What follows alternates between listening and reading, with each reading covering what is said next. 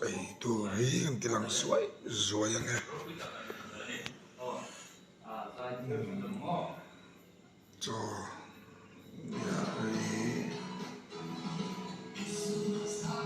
để chụp ấy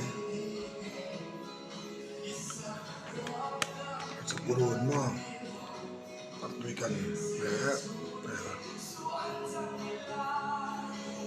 để mà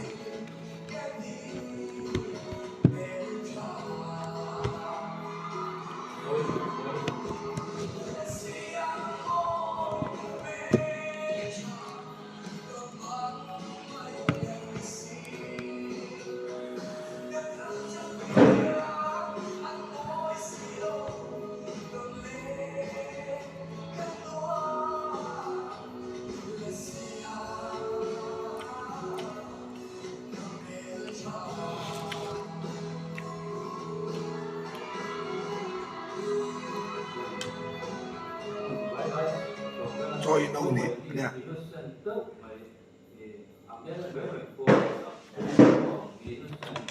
cho đâu nè chú đâu buồn bắt được chuyện mà ba ngày chuyện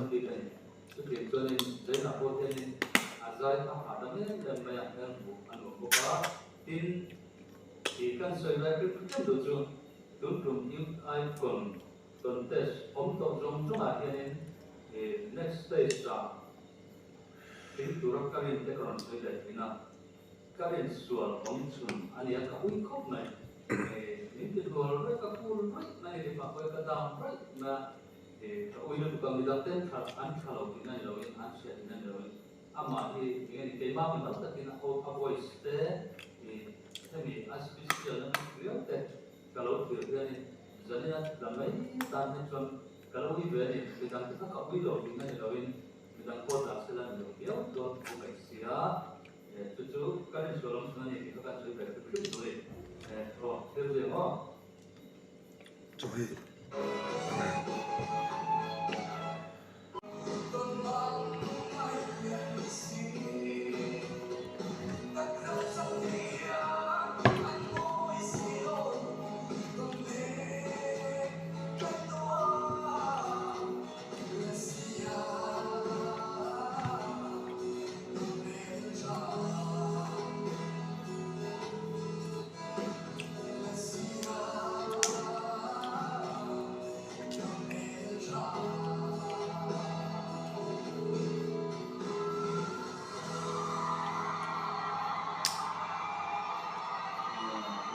rồi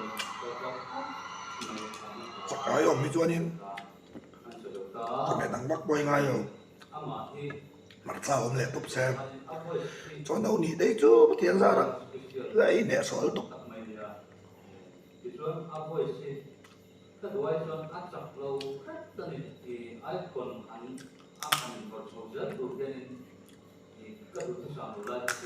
memory đâu kia mà tóm xíu giờ mà giờ còn gì để đó còn liền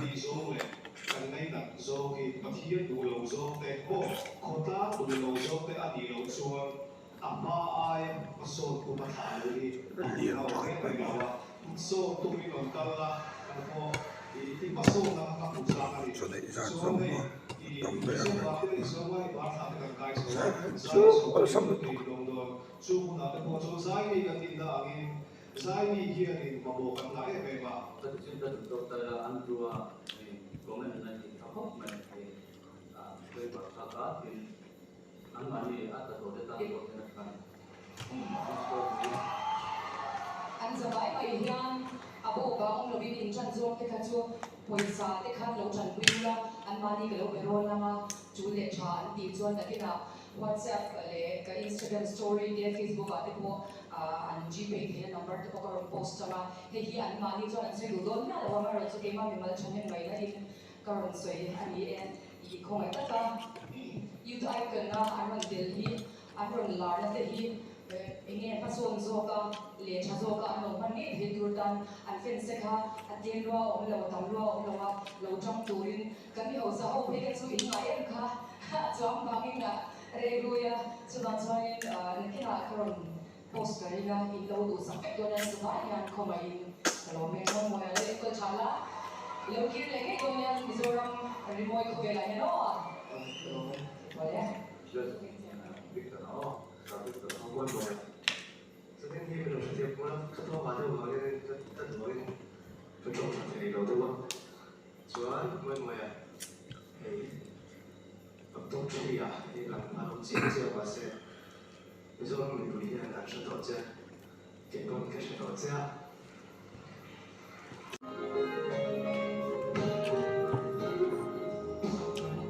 cho dầu đón đẹp